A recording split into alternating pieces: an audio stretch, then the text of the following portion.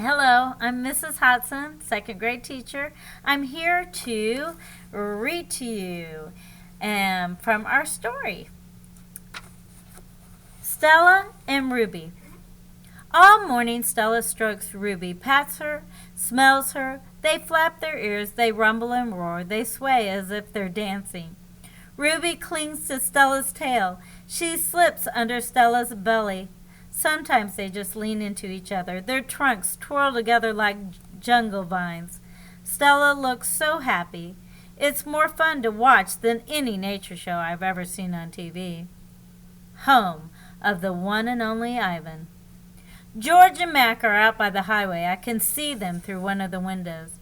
They are next to each other on tall wooden ladders, leaning against the billboard that tells the cars to stop and visit the one and only Ivan, mighty Silverback. George has a bucket and a long-handled broom. Mac has pieces of paper. He slaps one against the billboard. George dips the broom into the bucket. He wets the paper with liquid from the bucket, and somehow the paper stays in place. They put up many pieces before they are done.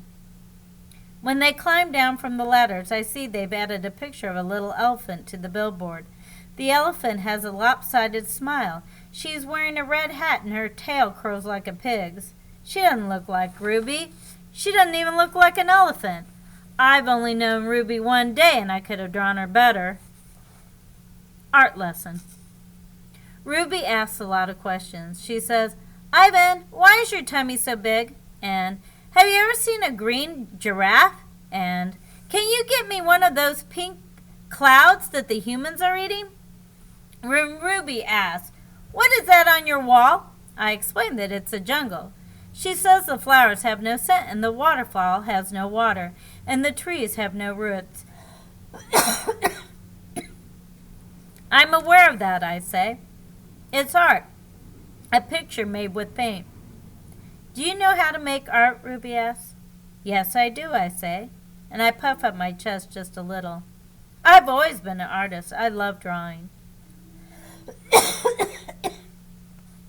Why do you love it, Ruby asks. I pause.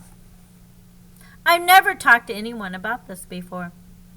When I'm drawing a picture, I feel quiet inside. Ruby frowns. Quiet is boring. Not always. Ruby scratches the back of her neck with her trunk. What do you draw anyway? Bananas mostly. Things in my domain. My drawings sell at the gift store for $25 a piece with a frame. What's a frame? Ruby asks. What's $1? What's a gift store?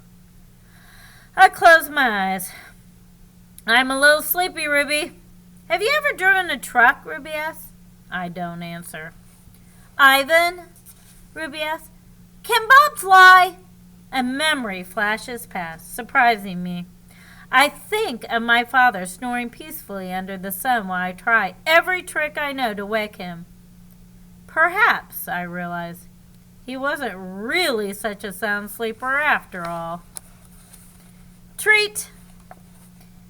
How's the foot, old girl? George asks Stella. Stella pokes her trunk between the bars. She inspects George's right shirt pocket for a treat he brings her every night without fail. George doesn't always bring me treats. Stella's his favorite, but I don't mind. She's my favorite too. Stella sees that George's pocket is empty. She gives George a frustrated nudge with her trunk, and Julia giggles. Stella moves to George's left pocket and discovers a carrot. Nimbly, she removes it. Mac walks past. Toilet's plugged up in the men's bathroom, he says. Big mess. I'll take care of it, George sighs. Mac turns to leave.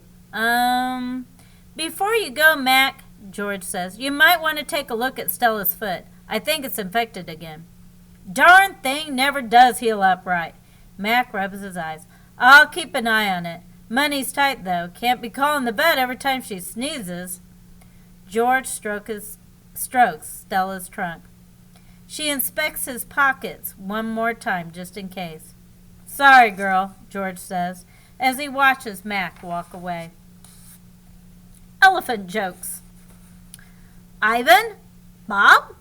I blink.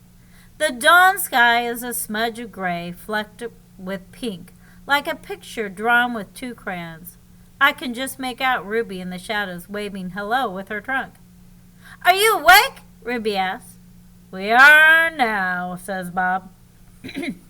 Aunt Stella is still asleep, and I don't want to wake her because she said her foot was hurting, but I really... Ruby pauses for a breath. Really bored. Bob opens one eye. You know what I do when I'm bored? What? Ruby asks eagerly. Bob closes his eyes. I sleep. It's a little early, Ruby, I say. I'm used to getting up early. Ruby wraps her trunk around one of the bars of her door. At my old circus, we always got up when it was still dark, and then we had breakfast, and we walked in a circle, and then they chained my feet up, and that really hurt. Ruby falls silent. Instantly, Bob is snoring. Ivan, Ruby asks, do you know any jokes? I especially like jokes about elephants. Well, let me see. I heard Mac tell one once. I yawned. How can you tell that an elephant has been in the refrigerator? How? By footprints in the butter. Ruby doesn't react. I sit up on my elbows, trying not to disturb Bob. Get it? What's a refrigerator? Ruby asks. It's a human thing, a box, cold box with a door. They put food inside. They put food in the door? Or food in the box? And is it a big box? Ruby asks. Or a little box? I can see this is going to take a while, so I sit up all the way. Bob slides off, grumbling. I reach for my pencil, the one I snapped in half with my teeth. Here, I say. I'll draw you a picture of one. In the dim light, it takes me a minute to find a piece of the paper Julia gave me. The page is a little damp and has a smear of something orange on it. I think it's from a tangerine. I try my best to make a refrigerator.